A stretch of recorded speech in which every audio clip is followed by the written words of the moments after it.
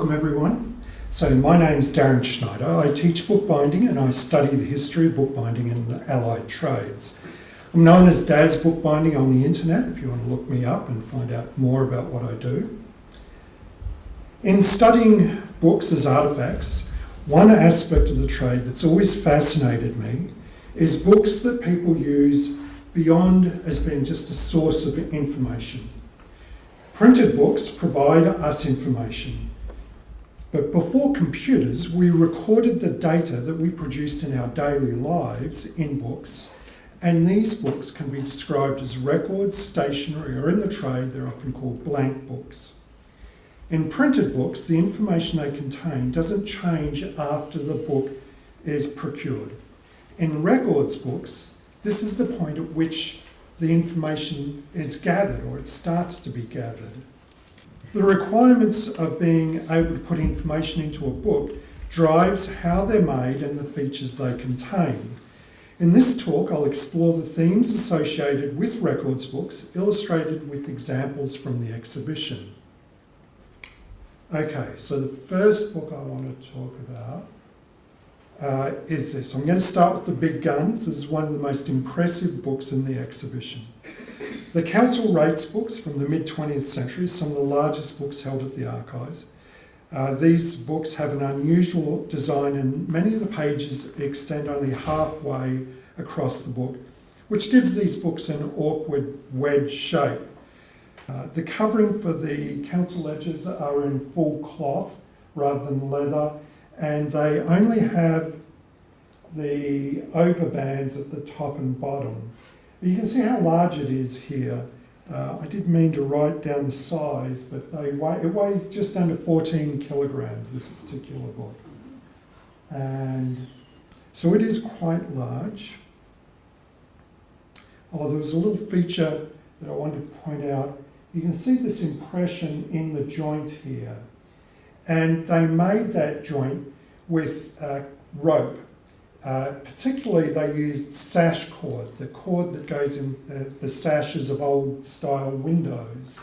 And so it's interesting, whenever you look at these books, you can see the impression of this, often can still see the impression of that cord, which gives the bookbinding historian information. You know, was it a plaited cord or was it a twisted cord? We can see that sort of information. But it is also a weakness of these books, and we'll talk about that in a bit.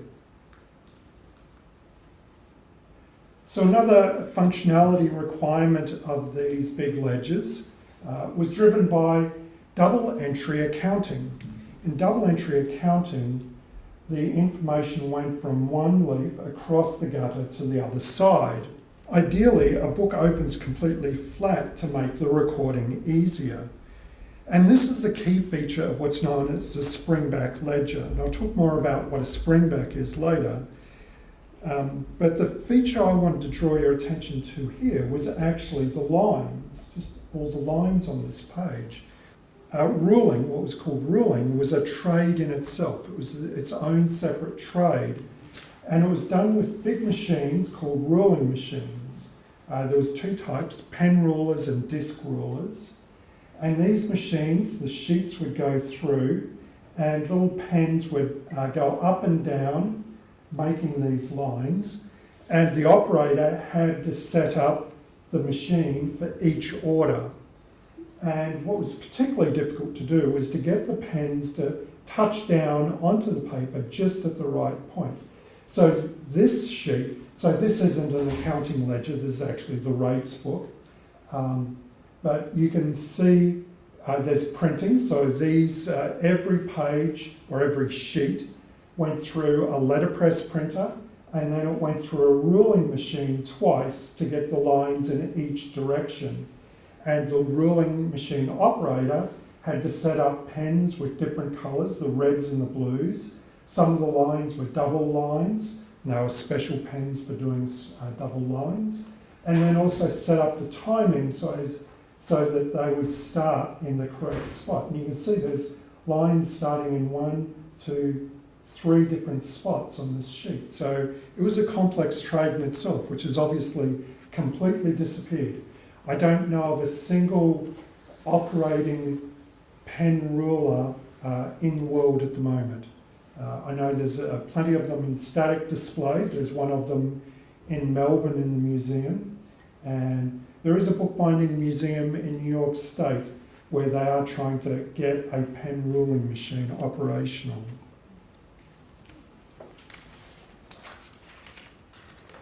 Now, I've been looking at the really sort of high-end stationery, but not all record books were as exotic as springbacks. It was fine for councils and governments to buy expensive ledgers, but for everyday use at the home or the office, record books often had to be made much more cheaply, resulting in basic structures with just enough features to make you feel like you were getting something. But they still had to be robust. Robustness was the key feature of stationery binding. So this is just an ordinary sort of journal, but all minutes books, every shop would have had an accounts book. Post offices would have been full of the records books and stationery. Not all the information stored in records books was written in them. Sometimes the writing was done on pieces of paper and then added to the book. Guard books, so this is a guard book up here, only had stubs in them which were then, things like letters were glued to, which built up the book. I'll talk about guard books a little bit more later, but here's an example of a letter book. These are actually copies of the original letter, and the steel presses that a lot of people see and call bookbinding presses were actually copy presses that made these copies. So the letter was written on a piece in the book and treated with a chemical, and then the book would be put in these steel copy presses. An impression of the original letter would be made, and then the original would be torn out and sent off, and these copies would remain as your personal copy in the office. Okay, so in record books, the springback ledger was king. And so what is a springback? This is not a springback ledger. This is what's called a springback folder. So it's actually got a steel spring in it, and you can put things in it like this. So it gets held in there, and then you can change and remove this. So that's a springback folder. This is a springback ledger. Now, a springback ledger does have a spring in it, but it's not made of metal, it's made of card. If we have time, I've got a few slides where I'll go into the details. But this spring means when the book starts to open, the spine of the book does what we call throwing up in bookbinding. It's not a great name, but that's what it's called. So the spine of the book starts as a curve downwards, and as you open the book, that starts to flatten out. And as it does that, that spring, which goes over the edge of the book, starts to get forced outwards, and energy starts to be stored in the spring. And as the spine goes past horizontal, suddenly the spring starts to close and forces the spine of the book upwards, resulting in the book laying completely flat. So that makes your double entry accounting so much easier. Also makes writing, any sort of writing, much easier working in a flat book. And as you close it, as it goes past the halfway mark, the stored energy then forces the book back into the spring. So I might talk about that a bit later. But that's the what's the word?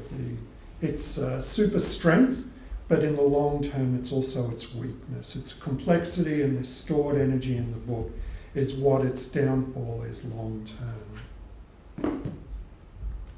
Alright, so that's springbacks.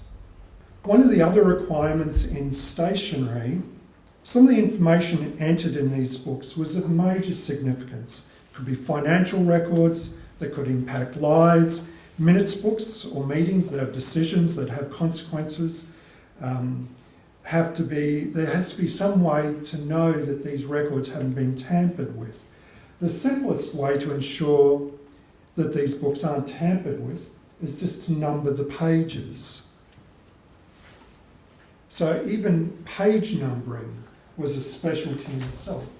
So every one of these, if you look at it closely after the lecture, you can sort of see the impression that these had to be done. Someone had to stamp all of these individually. And so if you took out a page, it's hard to really replace it, so you would know at least that a page had been removed. The other security feature that's often mentioned, which I'm not sure how effective it was, but a lot of these had marbled edges. So marbling is done by floating colours on a thickened liquid and then disrupting the pattern in some way. And normally paper would then be laid down and an impression was taken. But you could also have a long trough, do that same marbling process, and clamp the book before the boards were put on it, and then lower it down and then rotate it and marble the edges.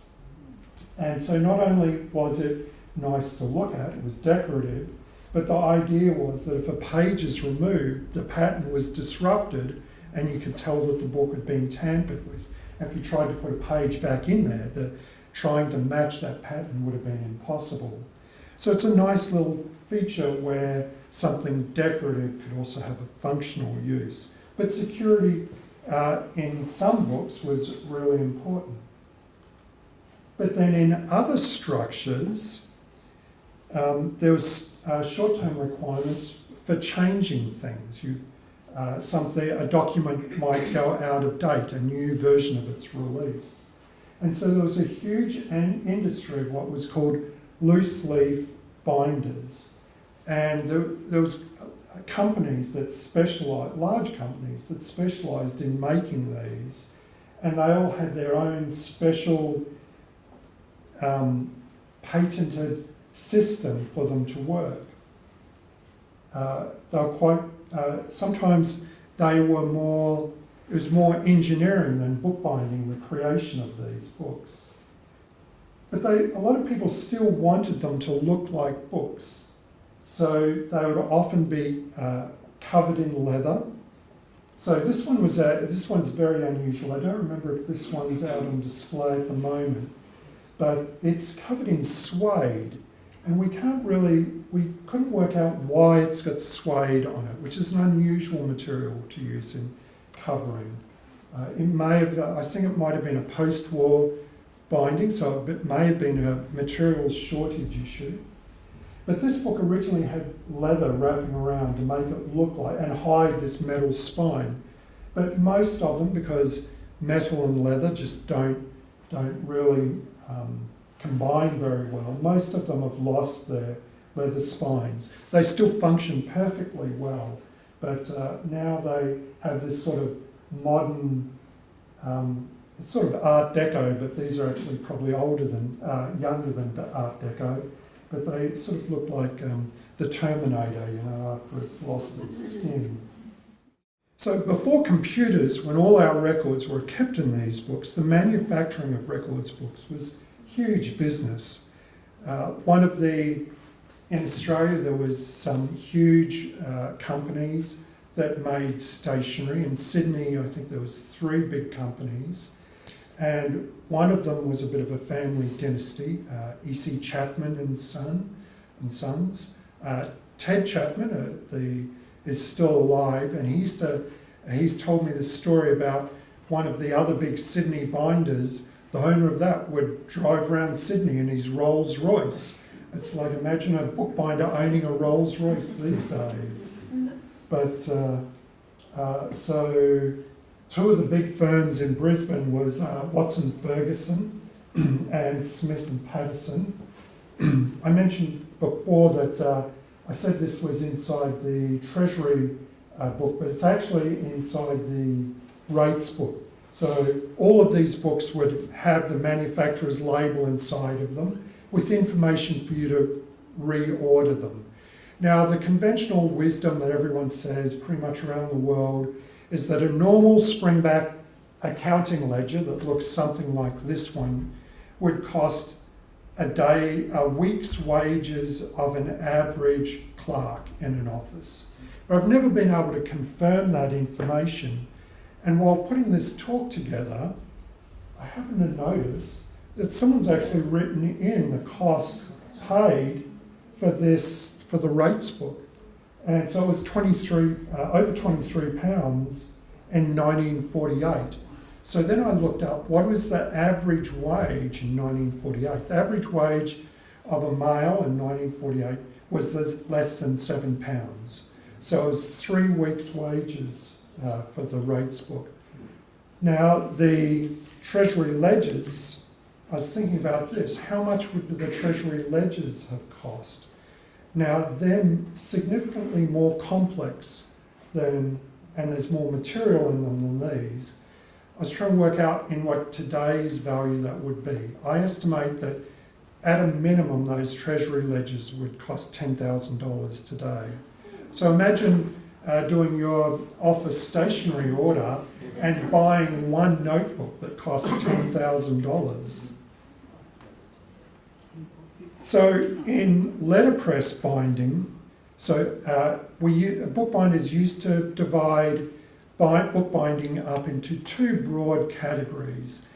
And though the trades evolved, they kept these historic names.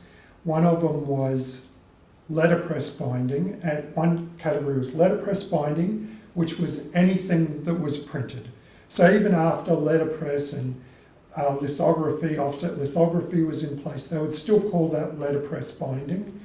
And the other one was stationery binding, or in the US it was often called a blank book binding.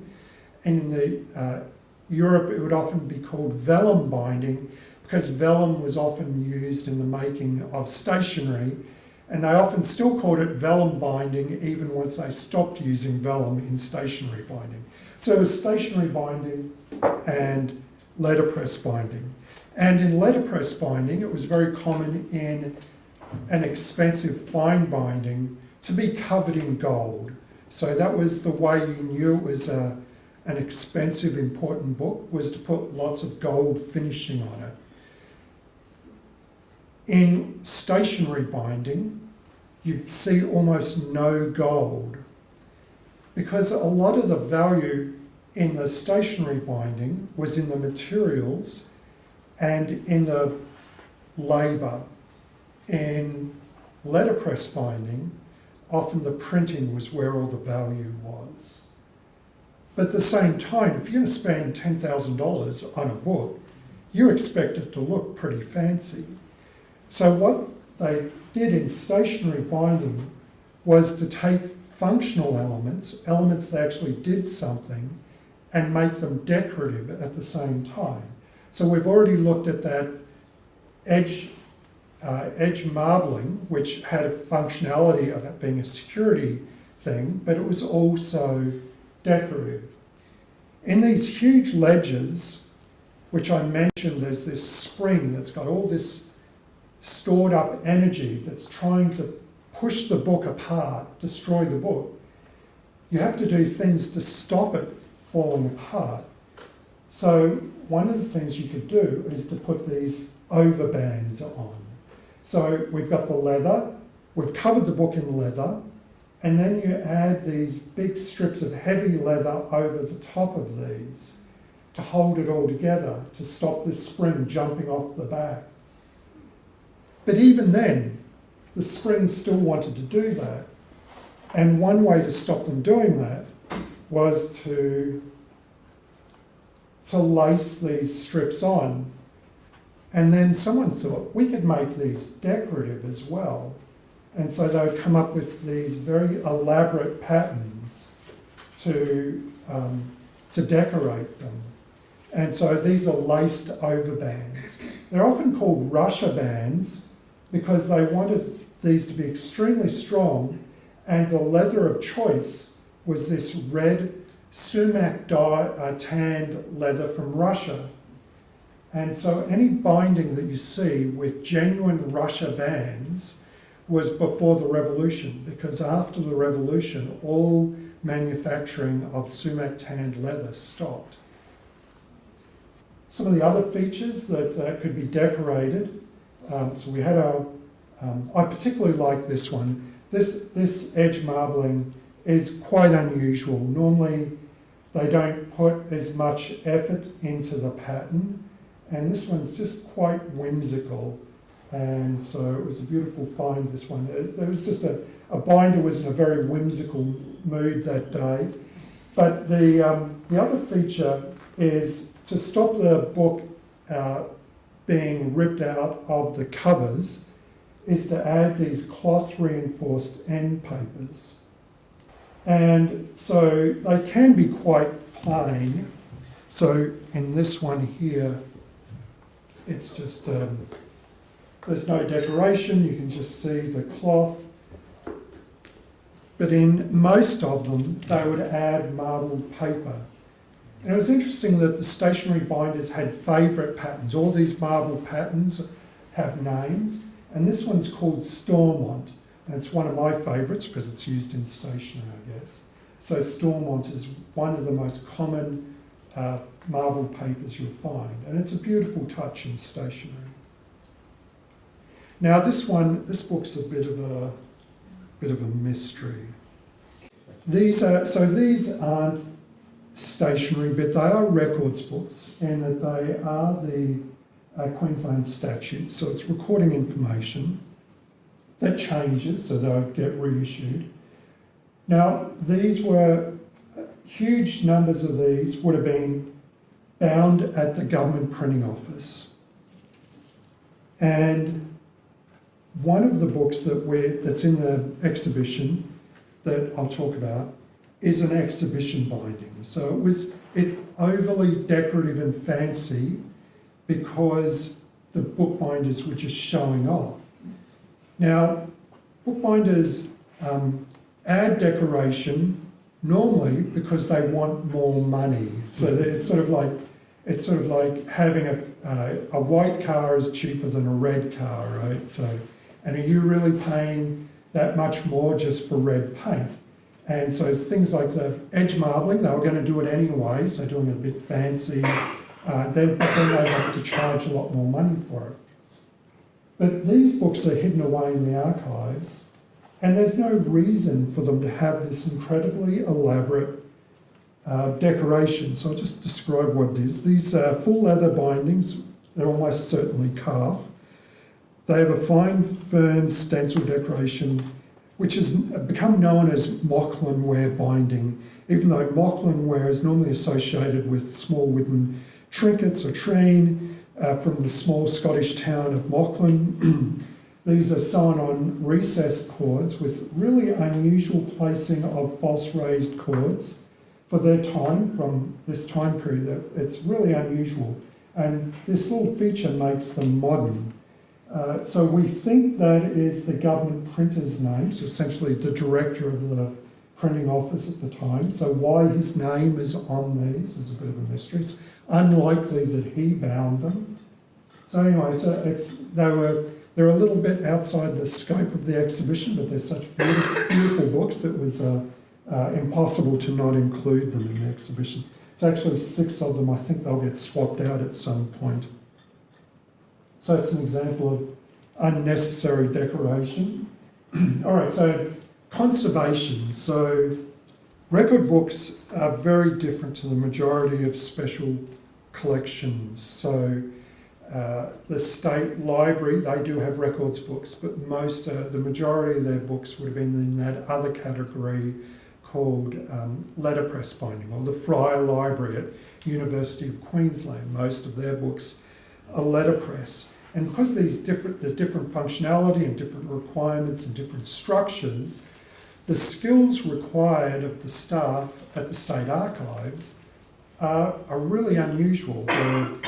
They're the sort of skills and experience that that takes years to acquire. They have to go off and study all over the world to acquire these skills, especially the specialist conservators.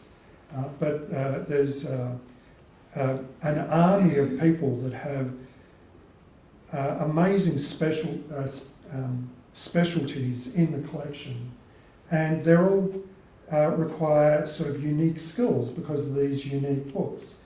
Now, this is one of the most unusual books in the collection, and there's thousands of these. And I talked about them before. They're guard books.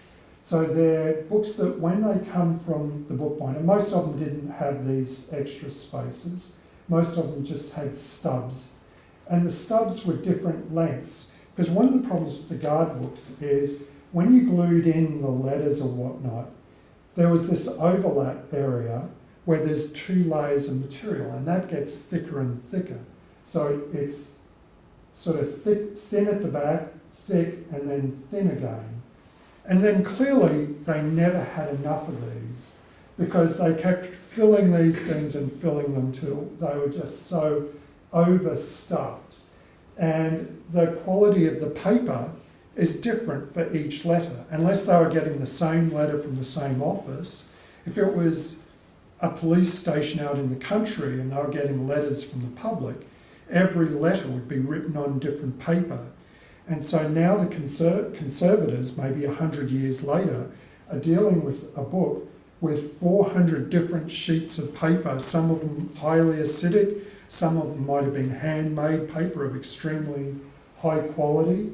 And it's just an amazing thing to think about, how it's just overwhelming thinking about how to deal with these unusual materials. This one, I wrote almost no notes about it because it just makes my skin crawl looking at it. All this insect damage, but this is the sort of stuff that the archives receives this material even today, as maybe a government office closes somewhere up in North Queensland and records like in this state arrive.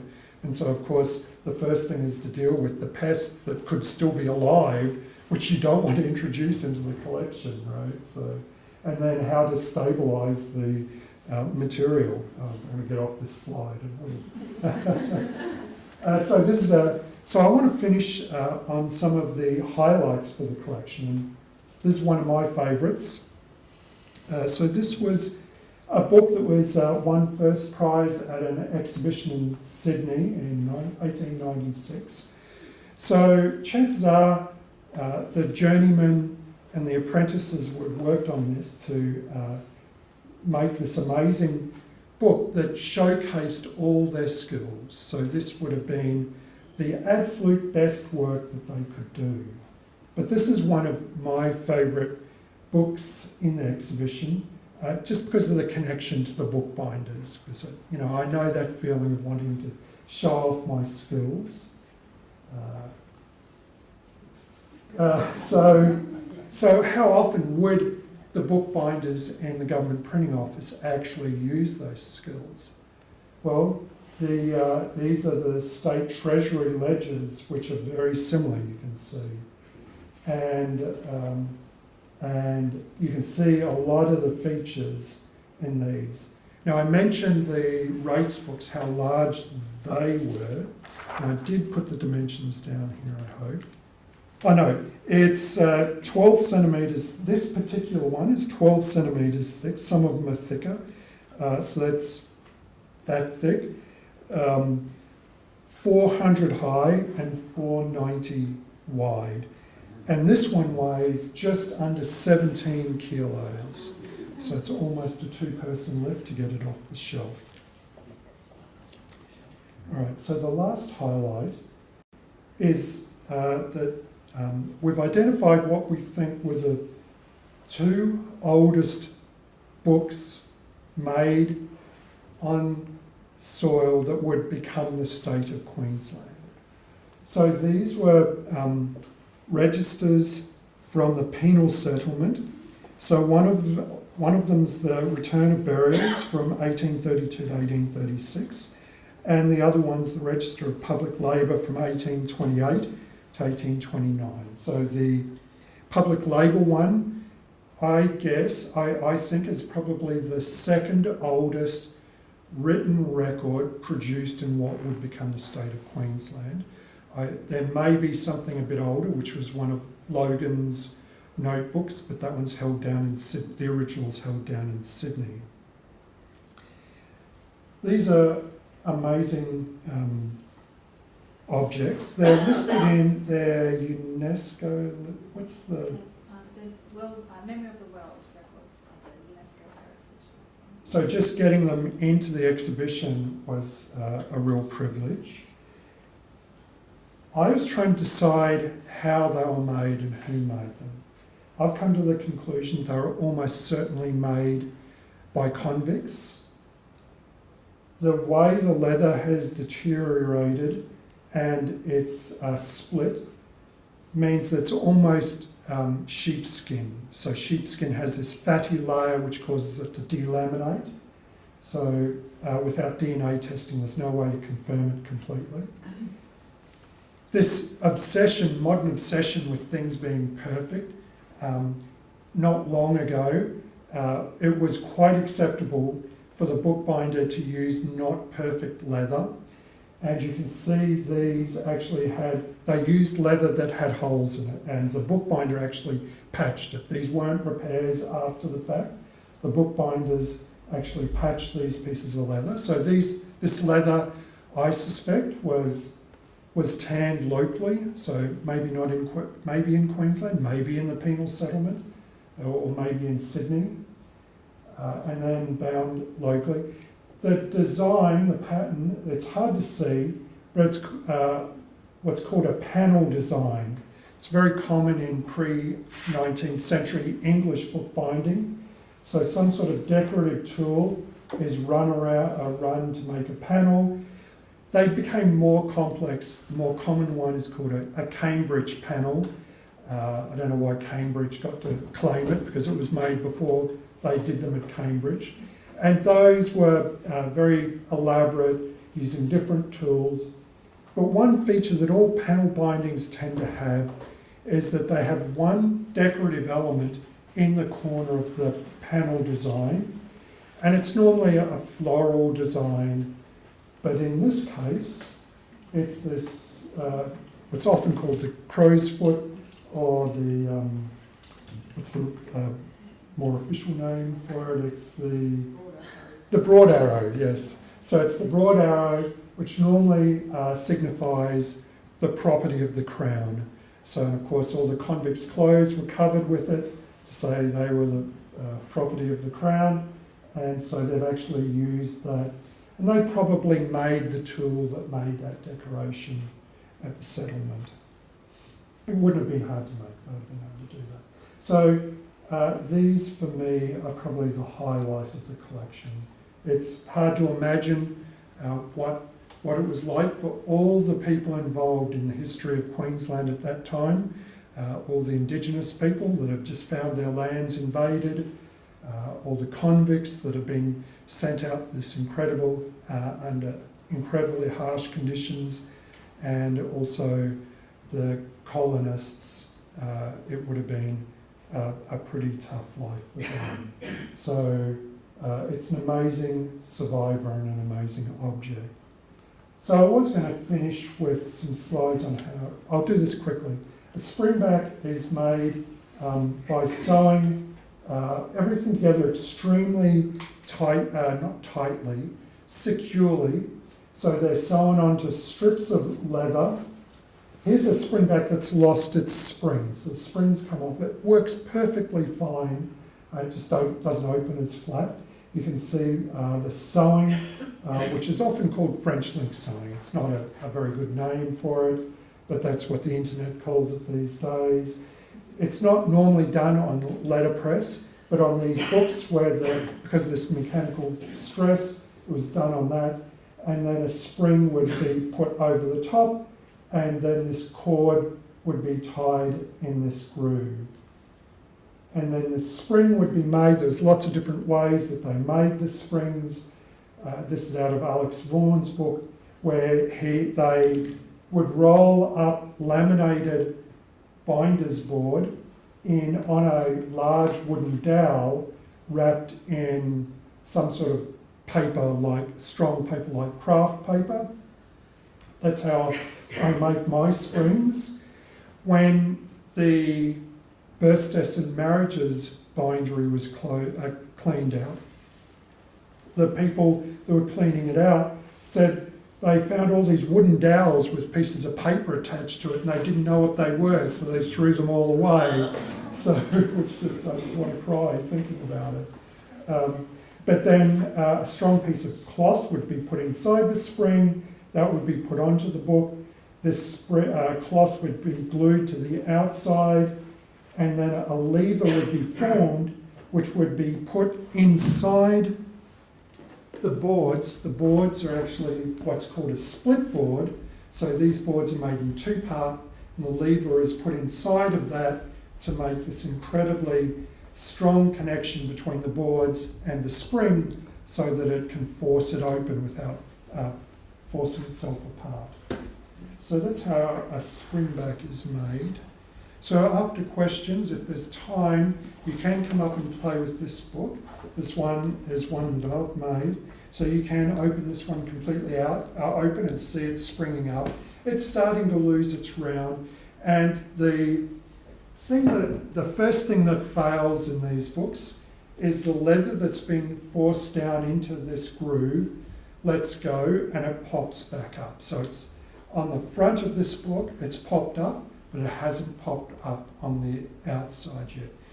In old historic books like this, you shouldn't open them up all the way. So in the reading room, you should get your pillows and just open them up to maybe 30 degrees like that. So don't go past the horizontal and force the spring to do its springy thing. Because with the older books, as the adhesives, which was an animal protein hide glue, it becomes brittle, and that extreme opening and closing causes that to crack. And then what happens is these tend to not go back into their original position as that adhesive fails over time, which is fine. The book still functions, but it is nice. It's better for the book if they still have that round at the foredge. Of course, springbacks nearly always enormous books, so just because I'm a bit contrary, I decided to see how small I could make a springback. So you can come up and you can open this one completely, and I have another miniature one here where I haven't covered it, so you can actually see the spring, you can see the board attachment. So the yellow card in this one is supposed to be the second half of the board, and you can sort of see that tongue being laminated into the split board in this one. And this one's still got a bit of a pop. When you first make these, it's sort of a novelty thing. You can try and make them that when they almost open explosively. And if you've got a fresh one, you can sort of scare people by getting them to open and it goes pop. It's like one of those little mechanical frogs. All right, so I just want to finish by saying it's hard to imagine the time, like peak paper was definitely in the 20th century, and it's hard to imagine how important paper records were not long ago. I'm sure all of us are old enough to remember that personally. But imagine how many of us can look at their email from 10 years ago, but still maybe have photos and letters from grandparents. So maybe we should think about how we keep our records. And the archives have just an incredible treasure chest of stationery and records. It's a huge privilege to have been able to work with the archives on this exhibition. And I just want to say thanks to Chris for most of the photos in your talk. And the diagrams were from a book called Alex Vaughan, Modern Bookbinding from 1929. So, thanks very much.